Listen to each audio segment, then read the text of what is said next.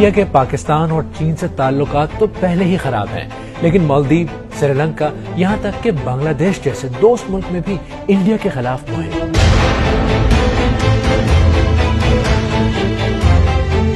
मालदीव्स के बाद अब बांग्लादेश में #IndiaOut, #Boycott Indian Products और #Boycott India ट्रेंड पर है। Bangladesh has seen national election last January. A few months back from that election, it's been said, especially from the opposition parties, that the India is interfering into politics here, and they are supporting the ruling Awami League to hold power without a fair and participatory election.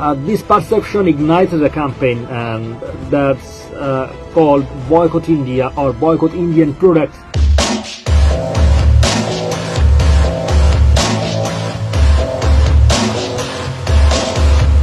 कुछ इसी किस्म का झगड़ा श्रीलंका के साथ एक वीरान जजीरे के बारे में हो रहा है।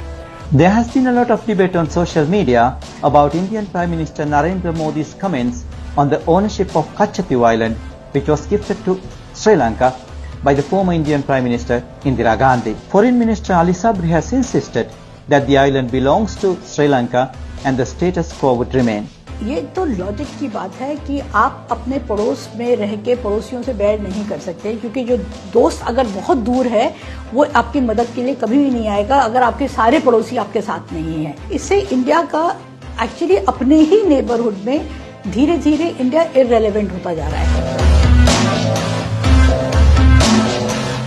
इंडिया के वजीर दिफा राजनाथ सिंह के पाकिस्तान में घुसकर कार्रवाई की धमकी पर पाकिस्तानी सेनेटर मुशाहिद हुसैन ने लिखा कि इंडिया की हिम्मत और दिलेरी देखें कि कनाडा और अमेरिका के इल्जामात के बाद अब वो पाकिस्तान में रियासती दहशतगर्दी करने का आदा कर रहा है। एक परसेप्शन बनाया है लोगों के दिलों में, गांव-गांव के अंदर, ऐसे तबके के अंदर जो बहुत नीचे तबके का है, वो भी ये कहता है कि मोदी ने दुनिया में रूल किया, मतलब मोदी की चलती है। तो ये जो परसेप्शन है ये पड़ोसी मुल्कों के थ्रू ही आया है। मोदी गवर्नमेंट जो है बेसिकली वो इवेंट मैनेजमेंट और PR मैनेजमेंट में बहुत माहिर है। वो क्या करती है, किसी भी चीज को इंडियन डोमेस्टिक होता है तो विकास में उसको रैप कर देती है, बाहर कुछ हो रहा है तो वो ट्विटर और टीवी के जरिए जो है विश्व गुरु के वर्ड में वो रैप कर देती है। हमारी फॉरेन पॉलिसी जो है इस वक्त एक मिसाल अगर मैं दूंगी तो गुब्बारे की तरह से है। जमीन में इसकी जड़ें बहुत कमजोर हैं। इंडिया को अपने इंटरनेशनल इमेज के लिए अपने हमसायों के साथ अच्छे ताल्लुकात रखने की जरूरत पड़ेगी।